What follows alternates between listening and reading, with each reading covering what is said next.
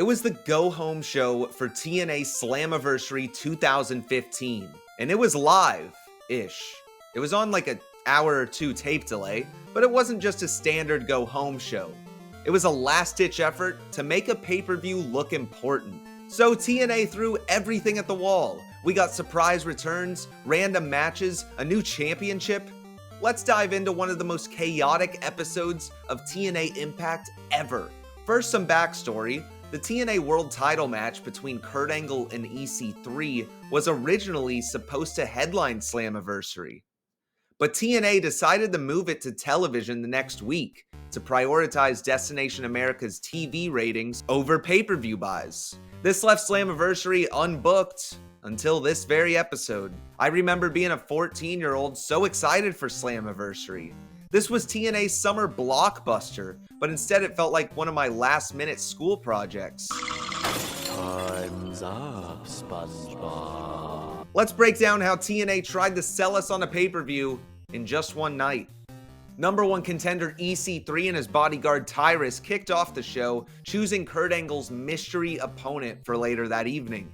It was announced that Matt Hardy would be Kurt Angle's opponent, which Josh Matthews hyped as their first ever singles match. I guess Josh didn't watch Sunday Night Heat. He was always more of a velocity guy. This was fine. I mean, Matt Hardy was a big name, and this match kickstarted his singles run in TNA, which would lead to a world title win at Bound for Glory. But I don't really understand what we're doing here. I guess this sells the TV match for next week, but this doesn't sell the pay-per-view, so we're losing time on building to Slammiversary. Also, EC3 choosing Matt Hardy? I don't think they get along. Why didn't he choose Tyrus? Well, on second thought, maybe it's best he didn't choose Tyrus. The X Division title would be vacant no more, as a three-way would crown the new champion. Would we be getting another iconic triple threat in the X Division? Probably not, because it was Tigre Uno, Low-Ki, and Grado. Grado was the first eliminated by Low-Ki, before Tigre Uno hit his Phoenix Splash to win the X Division Championship. But what was once TNA's crown jewel had far fallen into irrelevancy by this point. And this match was a good indicator of that. It was a little bit over 5 minutes and didn't get much focus at all. It's like they just found out the title was vacant and they had to figure out how to crown a champion in the shortest amount of time possible. Things started to get crazy with Bram's open challenge, calling out TNA legends. Bram's character arc is not very elaborate. In 2014, Bram was the hardcore guy, fighting ECW legends.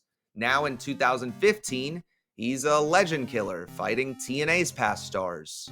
The gimmick hasn't changed exactly, just shifted targets. But now it was time for quite the challenge. It was Vader time, because yes, 58-year-old Vader answered Bram's challenge. And you probably didn't even know that Vader could be considered a TNA past star. But he did pay his dues, and he just kicked Bram's ass until he got disqualified by using a pipe. Gotta keep Vader strong. After the match, Matt Morgan randomly returned to save Vader. This set up Bram versus Matt Morgan at Slammiversary. You know, Vader looks pretty good for his age, but I don't know if Bram had to lose by disqualification. This did literally nothing for anyone involved. Also, Matt Morgan's return came out of left field, and spoiler alert, his match with Bram at Slammiversary sucks. I'm not going to complain too much about Vader showing up, but wow, what was this? Next was Velvet Sky and Angelina Love. The beautiful people had exploded, and Velvet Sky was fighting for reinstatement against Angelina. This was that big beautiful people breakup storyline, but I don't think it caught as much traction as many would hope. Velvet was working a new edgy character. Let's say she's Stone Cold Velvet Sky. She even used a stunner. But this wasn't like the Mega Powers exploding, it was more of a mess. Velvet's new gimmick wasn't exactly landing, and the match just wasn't memorable. Oh, and they reunited later that year anyway. So this was a waste of time. Speaking of wastes of time, let's go to the best of 5 series between the Dirty Heels and the Wolves for the TNA Tag Titles. This was match 4 in the best of 5 series, and it was going to be a Full Metal Mayhem TLC with pinfalls. It was chaotic, it was pretty awesome, honestly. These teams worked really well together, but there was one problem. Last year, TNA had an amazing best of 5 series with the Hardys, Team 3D, and the Wolves. This year, they literally just tried to recreate the same exact thing by throwing Austin Aries and Bobby Roode together as a makeshift tag team.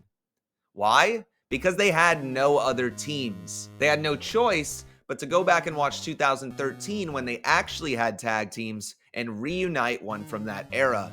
Like I said, it was a really good match, but what was happening here? Why did we care about this? It was just TNA filling TV time and throwing good matches out there with no substance. But hell froze over and the night peaked when we saw the back of Jeff Jarrett. Yes, Jeff Jarrett, who had quite the controversial exit from the company, starting his own promotion, Global Force Wrestling, was now back in TNA. He would be headed into the TNA Hall of Fame, and not only that, he would be bringing the King of the Mountain ladder match with him.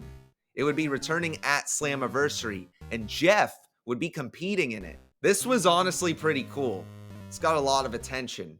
But the whole segment screamed last-minute booking. We now had a King of the Mountain ladder match returning to TNA for the first time in 6 years. Also, one problem, the whole point of a King of the Mountain ladder match is to crown a champion.